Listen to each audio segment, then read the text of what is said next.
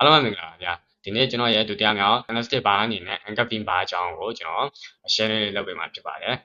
ကျွန်တော် channel ကို like subscribe follow လေးလုပ်ပေးဖို့တောင်းဆိုချင်ပါတယ် Okay let's go စရအောင် Anchor Pin ဘာ Okay တချို့ကလည်း Anchor Pin button လို့လည်းခေါ်တယ် Anchor Pin ဘာလို့လည်းခေါ်တယ်ကြားရခေါ်လို့ရတယ်ဘာဖြစ်လို့အဲ့လို Anchor Pin button လို့ခေါ်လဲဆိုတော့သူကရှေ့ကျွန်တော်ရဲ့ video မှာ share လုပ်ပေးခဲ့တဲ့ပင်ဘာလိုမျိုးတော့မဟုတ်ဘူးအဲ့လို single ပေါ့ကန်တဲ့တစ်ချောင်းလေးကိုသူက confirm ယူတာမျိုးမဟုတ်ဘူးသူကကန်တဲ့နှစ်ချောင်းလို့လေပေါ့နော်ကန်တဲ့နှစ်ချောင်းနဲ့ confirm ယူရတာဖြစ်တယ်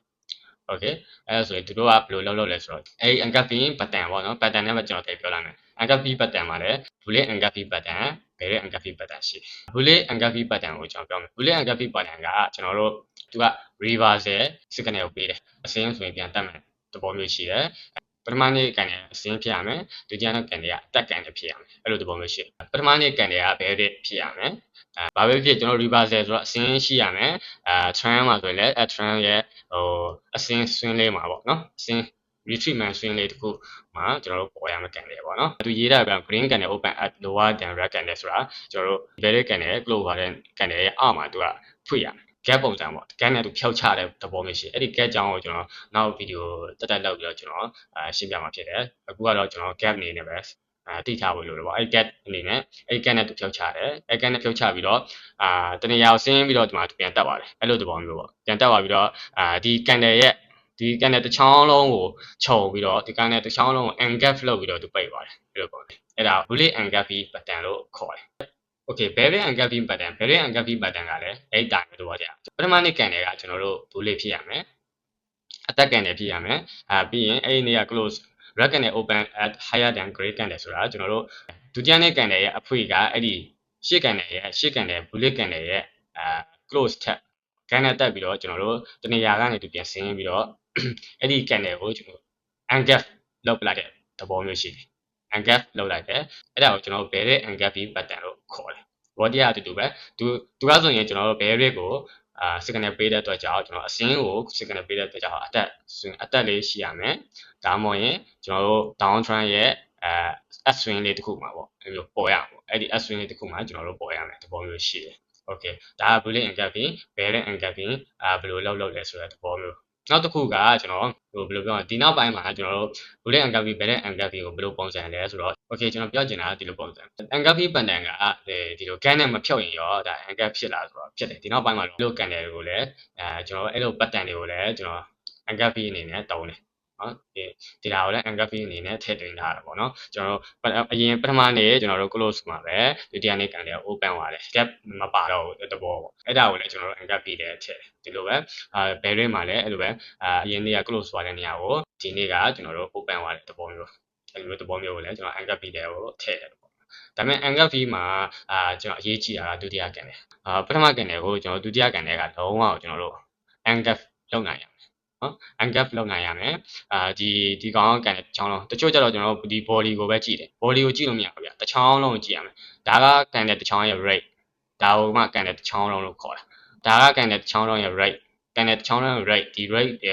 တွေကိုဒီကောင်ဒီဒုတိယမြောက်ကန်တဲ့အရေးကြီးတယ်ဒီဒုတိယမြောက်ကန်တွေကကျွန်တော်တို့လွှမ်းခြုံနိုင်ရမယ် okay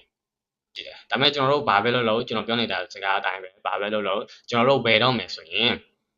်အပေါ် spike တွေဒီအပေါ် share တွေကျွန်တော်ရောင်းတော့မယ်ဆိုရင်အောက် share တွေကကျွန်တော်တို့က care လောက်ရမယ်ဟာတယ်ပေါ့နော်ဘယ် candlestick ပဲဖြစ်ဖြစ်ပေါ့နော် confirmation ယူတဲ့ဘယ် candlestick မဆိုကျွန်တော်တို့ဝယ်ရမယ်ဆိုရင်အပေါ် spike ကရန်သူကျွန်တော်တို့ရောင်းတော့မယ်ဆိုရင်အောက် spike ကရန်သူအဲ့လိုမျိုးရှိတယ်ပေါ့နော် okay ကျွန်တော်တို့နောက်တစ်ပုံကြည့်အောင်ဒီမှာလေးရှိမယ်ဒီမှာလေးကျွန်တော်ပြချင်တယ်အသက် swing လေးတစ်ခုပေါ့နော် down trend မှာအသက် swing လေးတစ်ခုမှာသူပေါ်တယ်သူပေါ်လာပေါ့နော်အသက် swing လေးတစ်ခုအသက်လေးတစ်ခုဖြစ်နေရမှာဗျာအသက်လေးတစ်ခုဖြစ်နေရမယ်ပြီးရင်ကန်တယ်ကိုရှေ့ကန်တယ်ကိုနောက်ကန်တယ်က close ပါမယ်ဒီကောင်ကဒီနောက်ပိုင်းမှာတုံးတယ် anchor ပုံစံပေါ့နော်ကျွန်တော်ဒီမှာကျွန်တော်တို့ရဲ့ port spike ကြည့်ကျွန်တော်တို့အရင်လှတယ်ဒီ port spike ကျွန်တော်ရောင်းမှဆိုရင်အဲ့ဒီ port spike ကကျွန်တော်တို့ friend ကျွန်တော်ဘက်ကဖြစ်လိုက်မယ် out spike ဆိုရင်ဒီမှာလုံးဝမရှိဘူးဒုတိယကန်တယ်မှာဆိုရင်အရေးကြီးတာဒုတိယကန်တယ်ပေါ့နော်ဒုတိယကန်တယ်ကကျွန်တော်တို့လုံးဝကို engap လုပ်နိုင်ရအဲ့လိုသဘောမှရှိတယ် okay နောက်တစ်ပုံမှာဆိုရင်အဲ့လိုပဲသူတက် swing လေးတက် swing အမောအ trend လေးတစ်ခုပေါ့နော်အ trend လေးတစ်ခုဖြစ်ရမယ်အတက် swing လေးတစ်ခုရှိရမယ်အဲ့ဒါကိုဒီမှာပထမကန်တယ်ကိုဒီမှာဒုတိယကန်တယ်က